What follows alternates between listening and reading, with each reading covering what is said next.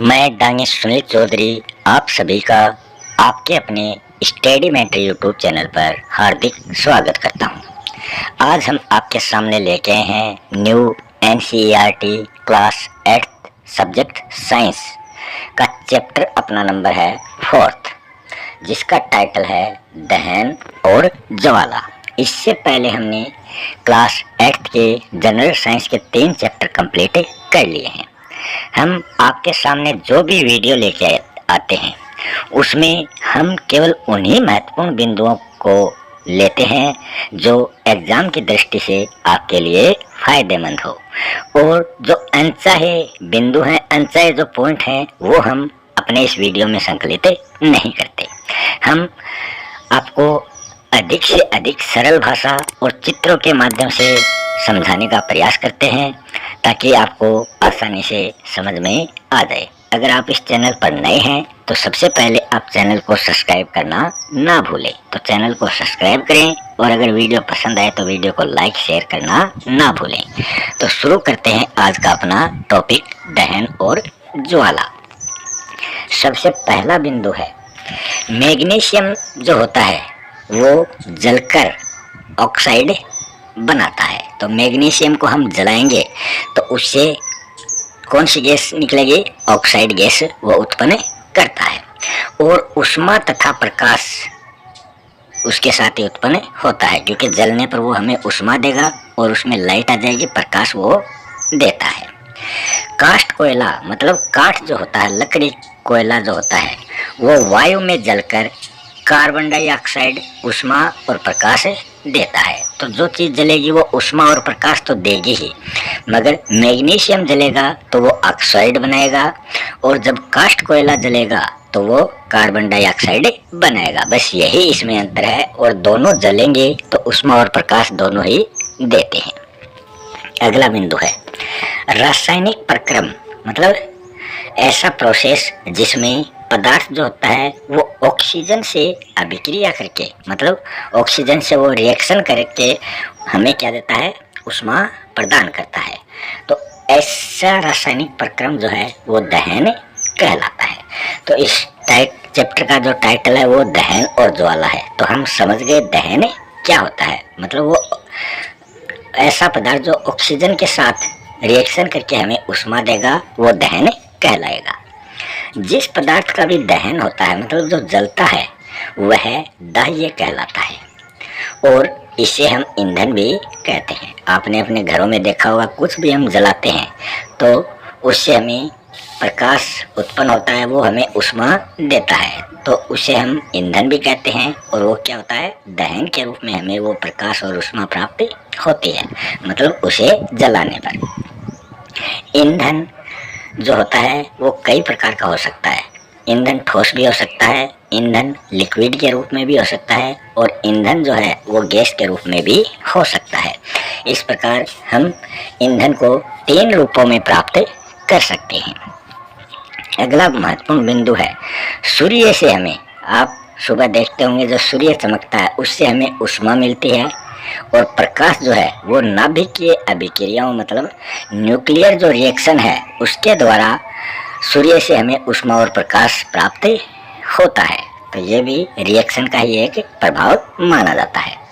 अगला बिंदु है वह न्यूनतम ताप जिस पर कोई भी पदार्थ जलने लगता है, मतलब न्यूनतम जो टेम्परेचर होगा, लो टेम्परेचर होगा, जिस पर कोई भी पदार्थ जो होता है वो बर्न होने लगता है, मतलब जलने लगता है, तो उसको हम कहेंगे ज्वलन ताप। तो वो ज्वलन ताप कहलाता है। यहाँ आपके सामने स्क्रीन पर जो चित्र है उसमें आपको मैग्नीशियम का दहन दिखाया गया है, जो जलकर ऑक्साइड बनाता है, ऑक्साइड बनाएगा, और प्रकाश और ऊष्मा वो प्रदान कर रहा है। अगला जो महत्वपूर्ण बिंदु है उसमें बताया गया है कि माचिस के सिरे पर, आप अपने घरों में माचिस का प्रयोग करते होंगे, तो माचिस का जो सिरा है उसके वहाँ पर एंटीमनी ट्राइसल्फाइड और पोटेशियम क्लोराइड उस पर वो लगा रहता है। तो ये 2 पदार्थ जो हैं वो उस माचिस के सिरे पर लगे रहते हैं। जैसे ही हम उसके रगड़ने वाली सतह पर चूर्णित कांच और लाल फास्फोरस उस पर लगा रहता है। जिस पर हम वो तिल्ली रगड़ते हैं तो उस रगड़ने वाली जगह पर क्या लगा रहता है? कांच और लाल फास्फोरस, जो क्या करता है? तिल्ली के रगड़ने पर वो जल जाती है। तिल्ली जो है वो खुरदरी सतह पर रगड़ने से लाल फास्फोरस जो है वो श्वेत फास्फोरस में बदल जाएगा। जैसे हम तिल्ली को माचिस के सिरे पर रगड़ेंगे जहाँ पर लाल फास्फोरस और कांच का लेप है, तो वो तिल्ली क्या करेगी? श्वेत फास्फोरस में वो बदल जाएगी। तिल्ली के सिरे पर लगे पोटेशियम क्लोराइड से रिएक्शन करने पर पर्याप्त ऊष्मा उत्पन्न वो कर देती है, जिससे एंटीमनी ट्राइसल्फाइड का दहन शुरू हो जाता है। तो इस प्रकार वह तिल्ली जलती है। तो यह बिंदु आपके लिए बहुत ही इम्पोर्टेंट है, क्योंकि इसमें तिल्ली के दहन की प्रक्रिया बताई गई है। अगला बिंदु है, किसी पदार्थ के दहन के लिए उसका टेम्परेचर, ताप और उसके ज्वलन ताप तक पहुंचना बहुत ही जरूरी है। मतलब जब तक वो उसके ज्वलन ताप तक नहीं पहुंचेगा तब तक उसका दहन नहीं होगा, मतलब वो जलेगा नहीं। अगला बिंदु है, जिन पदार्थों का ज्वलन ताप बहुत ही लो होता है, कम होता है और जो ज्वाला के साथ सरलता पूर्वक आग पकड़ लेते हैं, वो ज्वलनशील पदार्थ कहलाते हैं। अब हम बात करेंगे कि ऐसे कौन से ज्वलनशील पदार्थ हैं जो तुरंत आग पकड़ते। तो वो है पेट्रोल, अल्कोहल और एलपीजी। एलपीजी की फुल फॉर्म क्या होगी ये आपको बताना है। हमने पिछले चैप्टर में सीएनजी, एलपीजी इन सभी की फुल फॉर्म आपको बताई है। अगर आपने वो वीडियो नहीं देखा है तो एक बार वो वीडियो जरूर देखें। अगला बिंदु है, आग उत्पन्न करने के लिए 3 आवश्यकताएं क्या हैं? तो 3 जो नीड है आग उत्पन्न करने के लिए, आग जलाने के लिए, वो क्या है? एक तो है ईंधन, फ्यूल। दूसरी है वायु, मतलब ऑक्सीजन आपूर्ति हेतु वायु जरूरी होती है, वरना आग नहीं जलेगी। और तीसरा है ऊष्मा, मतलब ईंधन का ताप उसके ज्वलन ताप से अधिक करने के लिए ऊष्मा जरूरी होती है। तो ये 3 आवश्यकताएं हैं किसी चीज को जलने के लिए। कौन कौन सी? ईंधन, वायु और ऊष्मा। जलवाष्प जो है वो ज्वलनशील पदार्थ की वायु आपूर्ति जो है वो बंद कर देता है। तो जलवाष्प जो होता है वो क्या करता है? जो ज्वलनशील पदार्थ है जो जलता है उसमें वो वायु को बंद कर देता है और वो पदार्थ जलना बंद हो जाता है। यहाँ स्क्रीन पर आपके सामने एक चित्र हम प्रदर्शित कर रहे हैं। इस चित्र में आप क्या देखते हैं? तो यहाँ 3 चित्र हैं, ए, बी, सी। इन तीनों चित्रों में क्या अंतर है? तो हमने अभी पढ़ा है किसी भी पदार्थ को जलने के लिए ईंधन, वायु, ऊष्मा, ये तीनों आवश्यकताएं जरूरी है। तो यहाँ हम वायु के बारे में पढ़ेंगे कि किस प्रकार किसी पदार्थ को जलने में वायु उसकी सहायता करती है। ए वाले चित्र में आप देखोगे तो नीचे लकड़ियां लगी हुई हैं, ऊपर जार लगा हुआ है और मोमबत्ती आराम से जल रही है, क्योंकि ये ऊपर से भी खुला हुआ है, इसको वायु नीचे से भी मिल रही है और ऊपर से भी वायु मिल रही है। बी वाले चित्र में हम देखें तो हमने नीचे के जो लकड़ियां नीचे लगी हुई थी वो निकाल ली, तो नीचे से जो वायु है वो प्रवेश नहीं कर रही है, सिर्फ ऊपर से खुला है, जिसके कारण ये मोमबत्ती जो है ये बुझ गई। तो इसका जो धुआं है वो धीरे धीरे निकल रहा है।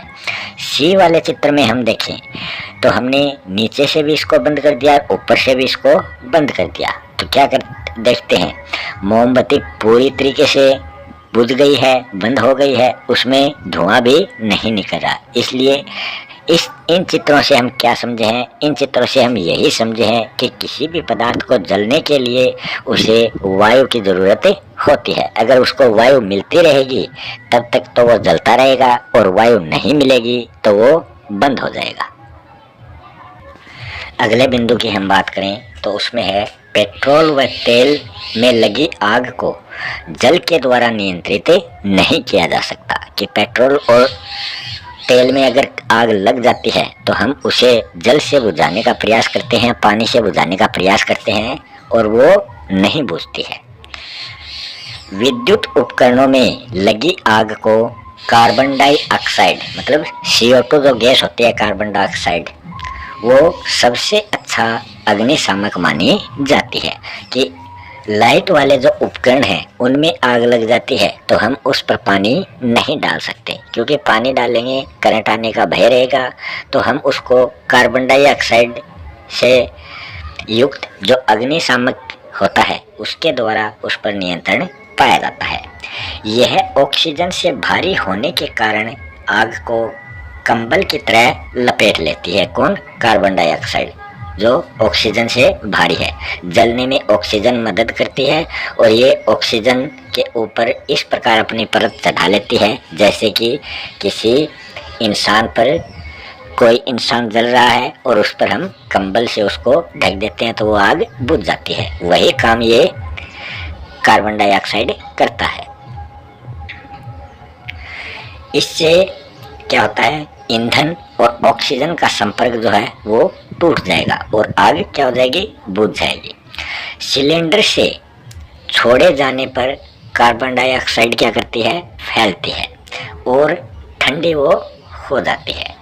कार्बन डाइऑक्साइड का जो दूसरा तरीका है वो है सोडियम बाइकार्बोनेट, जिसको हम बेकिंग सोडा भी बोल सकते हैं, या फिर पोटेशियम बाइकार्बोनेट जैसे रसायनों के पाउडर का छिड़काव करने से भी आग पर काबू पाया जा सकता है। तो यहाँ आपके सामने आग पर नियंत्रण करने के लिए 2 उपाय बताए गए हैं। उन दोनों उपायों से आग पर नियंत्रण पाया जा सकता है। अगला बिंदु है दहन के 3 प्रकार। जो दहन होते हैं उसके कितने प्रकार होते हैं, 3 प्रकार होते हैं। 3 प्रकार, एक तो होता है तीव्र दहन, एक होता है सतह दहन और एक होता है विस्फोट दहन। तो यहाँ हम बात कर रहे हैं तीनों दहनों की। रसोई गैस के पास, रसोई में हम जो सिलेंडर लगाते हैं, जो गैस चूल्हा होता है, उसके पास उसको हम देखेंगे तो वो जलता है तो नीली लो से वो क्या करता है, तेजी से जलता है। उसके पास तिल्ली ले जाएंगे तो वो नीली लो से वो जलने लगेगा और हमें ऊष्मा और प्रकाश वो प्रदान करता है। फिर हम दहन के 3 प्रकार है, उसमें पहला दहन है तीव्र दहन। तो वही क्या कहलाएगा, तीव्र दहन, मतलब तुरंत उसमें दहन शुरू हो जाता है। जैसे ही हम चूल्हे की नोक घुमाते हैं और तिल्ली उसके पास ले जाते हैं तो वो तुरंत क्या होता है, गैस का जो चूल्हा है वो जल उठता है। तो वो तीव्र दहन कहलाता है, मतलब तुरंत जलने का प्रभाव उस पर पड़ता है। और जिस दहन में पदार्थ जो होता है वो बिना किसी प्रत्यक्ष कारण से अचानक लपटों के साथ जलने लगता है तो वो कहलाता है स्वतः दहन, मतलब अपने आप ही वो दहन करने लग जाता है। जैसे कि फास्फोरस होता है, ये बिना किसी पदार्थ के कारण खुद जलने लगता है। तीसरे दहन की बात करें, दहन की आकस्मिक अभिक्रिया होने से ऊष्मा, प्रकाश और ध्वनि पैदा होती है। तो ये तीनों अगर पैदा हो जाएं, ऊष्मा, प्रकाश और ध्वनि, तो वो विस्फोटक दहन कहलाता है, क्योंकि उसमें विस्फोट के साथ हमें प्रकाश और ऊष्मा प्राप्त होती है। तो विस्फोट होगा तो वो ध्वनि भी उत्पन्न करता है। तो इस प्रकार हमने यहाँ देख लिया दहन के 3 प्रकार। आगे हम बात करें ज्वाला। तो हमने चैप्टर का जो टाइटल था दहन और ज्वाला, तो दहन तो हमने कंप्लीट कर लिया। अब हम ज्वाला की बात करते हैं। दहन के समय जो पदार्थ वाष्पित होता है वे ज्वाला का निर्माण करते हैं, जैसे कि मिट्टी का तेल और पिघली हुई मोमबत्ती इसके उदाहरण हैं। सोने व चांदी को पिघलाने के लिए सुनार जो है वो धातु की फूंकने से ज्वाला के सबसे जो बाहरी भाग होता है उस पर वो फूंक मारता है। तो हम चित्र के माध्यम से भी इसको समझने का प्रयास करेंगे। यहाँ आप स्क्रीन पर जो चित्र देख रहे हैं ये अग्निशामक यंत्र है जो आग पर नियंत्रण करता है। इसमें जो गैस भरी जाती है वो है CO2, मतलब कार्बन डाइऑक्साइड। आप बड़ी बड़ी बिल्डिंगों में, अस्पतालों में या जो मॉल होते हैं वहाँ पर देख सकते हैं ऐसे सिलेंडर ये जो हैं ये जगह जगह लटके रहते हैं। जहाँ कहीं भी आग की घटना होती है तो इनको खोल देते हैं और ये इससे कार्बन डाइऑक्साइड की जो गैस है वो परत की तरह आग वाली जगह पर फैल जाती है और आग को बुझा देती है। इस चित्र में हम देखें तो जो फायरमैन है वो दबाव के साथ जो पानी है उसको पाइप के सहारे जहां आग लगी है वहां फेंकता है, जिससे क्या होता है उस आग को जो है वो वायु मिलनी बंद हो जाती है। ये पानी जो है उस वायु को ढक देता है और वो आग बुझ जाती है। इस चित्र में हम देख सकते हैं दहन के जो है रंग अलग अलग हैं। यहाँ मोमबत्ती जल रही है उसकी ज्वाला का रंग अलग है और जो अपना रसोई का गैस होता है उससे जो ज्वाला निकलती है उसका कलर दूसरा होता है। तो रसोई वाली जो गैस है वो हमने अभी पढ़ा था सतह मतलब तीव्र दहन के रूप में ये जलती है। इस चित्र में भी हम ज्वाला के अलग अलग रूप देख सकते हैं। लैंप में ज्वाला कैसे दिखाई देती है, मोमबत्ती की ज्वाला कैसी है और एक बर्नर की ज्वाला जो है वो किस प्रकार की होती है, तो अलग अलग रूपों में आप देख सकते हैं। इस चित्र में आप देख सकते हैं एक सुनार जो है वो किस प्रकार पाइप के अंदर फूंक मारकर गहने तैयार करता है। इधर ये ज्वाला जल रही है और ये गहने निर्मित कर रहा है। जो हमने लास्ट पॉइंट पढ़ा था उसका ये चित्र है। यहाँ आपके सामने स्क्रीन पर जो आपको चित्र दिखाई दे रहा है ये मोमबत्ती के विभिन्न क्षेत्रों से संबंधित है। तो इसमें हम देख सकते हैं पूर्ण दहन का बाह्य क्षेत्र जो है वो हमें नीला दिखाई देता है और सबसे गर्म क्षेत्र जो है ये है, यहाँ पर सबसे अधिक हमें ताप देखने को मिलता है। और ये बीच का जो क्षेत्र है यहाँ पर कम गर्म ये होता है। यहाँ आंशिक दहन वाला ये क्षेत्र है, मध्य भाग है और इसका प्रकाश जो है वो पीला दिखाई देता है। और मोमबत्ती की जो धागा होता है ये बिना जली मोमबत्ती का सबसे आंतरिक क्षेत्र होता है जो हमें काला दिखाई देता है। और सबसे कम गर्म जो भाग है ये इस धागे के ऊपर हमें यहाँ दिखाई देता है और ये मोमबत्ती का चित्र है। अगला बिंदु है ज्वाला के 3 क्षेत्र। वो 3 क्षेत्र कौन कौन से हैं? एक तो होता है अद्वितीय ज्वाला, एक होता है दीप्त ज्वाला और एक है ज्योतिहीन ज्वाला क्षेत्र। तो ये 3 क्षेत्र होते हैं ज्वाला के, अद्वितीय क्षेत्र, दीप्त क्षेत्र और ज्योतिहीन क्षेत्र। फिर हम अगले बिंदु की बात करें घरेलू एवं औद्योगिक उपयोग की ऊर्जा में। ऊर्जा के जो स्रोत हैं वो कौन कौन से हैं? लकड़ी है, काष्ठ कोयला है, पेट्रोल है, मिट्टी का तेल है आदि ईंधन कहलाते हैं। तो आपको पता चल गया ईंधन क्या होता है। तो घरेलू और औद्योगिक क्षेत्र में ऊर्जा के रूप में हम जिसका प्रयोग करते हैं वो ईंधन कहलाता है, चाहे वो लकड़ी हो, चाहे वो कोयला हो, चाहे वो पेट्रोल हो या फिर मिट्टी का तेल हो, सभी क्या कहलाएंगे? ईंधन कहलाते हैं। एक आदर्श ईंधन जो है वो जलने पर किसी प्रकार का कोई अवांछनीय पदार्थ नहीं छोड़ता। मतलब एक आदर्श ईंधन, एक अच्छा ईंधन वही माना जाएगा जो सबसे कम प्रदूषणकारी हो और वो सुगमतापूर्वक जलता है। वो ना तो धुआं छोड़ेगा और ना किसी प्रकार का वो प्रदूषण करेगा। यह जो है यह सस्ता एवं सुलभ होता है। अगला है ईंधन दक्षता। ईंधन दक्षता क्या होती है? किसी ईंधन के 1 किलोग्राम के पूर्ण दहन से प्राप्त जो ऊष्मा होती है वो ऊर्जा की मात्रा उसका ऊष्मीय मान कहलाती है। ऊर्जा की मात्रा उसका जो ऊष्मीय मान है वो कहलाती है। तो ये ईंधन दक्षता से संबंधित पॉइंट हो गया। ईंधन के ऊष्मीय भाग को मतलब ईंधन का जो ऊष्मीय मान है उसको किलोजूल प्रति किलोग्राम, जो ईंधन का ऊष्मीय भाग है उसको किलोजूल प्रति किलोग्राम जो मात्रक होता है उसके द्वारा प्रदर्शित किया। यहाँ हमने देखा ऊष्मीय जो मान है उसका मात्रक होता है किलोजूल प्रति किलोग्राम। तो यह इसका मात्रक है। इसको हम अंग्रेजी में KG by KJ by KG के रूप में प्रकट करते हैं। केजे का अर्थ होता है किलो जूल और केजी का अर्थ होता है किलोग्राम। फिर हम देखें ईंधन दहन के हानिकारक प्रभाव कौन कौन से हैं। मतलब ईंधन को हम जलाते हैं तो उससे कौन कौन से हानिकारक प्रभाव जो है हमारे शरीर पर पड़ते हैं। सबसे पहला है लकड़ी, कोयले व पेट्रोल जैसे कार्बन जो है वो कार्बन ईंधन जो है वो बिना जले कार्बन कण छोड़ते हैं। मतलब वो बिना जले भी वो कार्बन कण छोड़ते हैं। ये दाग जैसे श्वास को उत्पन्न करते हैं। तो इसका हम चित्र देख लेते हैं। यहाँ हम देखें मोमबत्ती के ऊपर हमने कांच की एक प्लेट लगाई है और बाद में हमने देखा तो यहाँ पर कुछ कार्बन कण इस प्लेट पर मौजूद हो जाते हैं। अगला बिंदु है ईंधनों का अपूर्ण दहन जो है वो कार्बन मोनोऑक्साइड गैस देता है जो एक विषैली गैस होती है।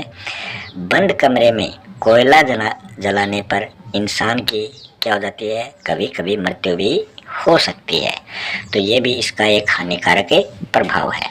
अगला तीसरा इसका हानिकारक प्रभाव है ईंधनों के दहन से कार्बन डाइऑक्साइड गैस निकलती है जो ग्लोबल वार्मिंग मतलब विश्व उष्णन जो है उसका कारण बनती है।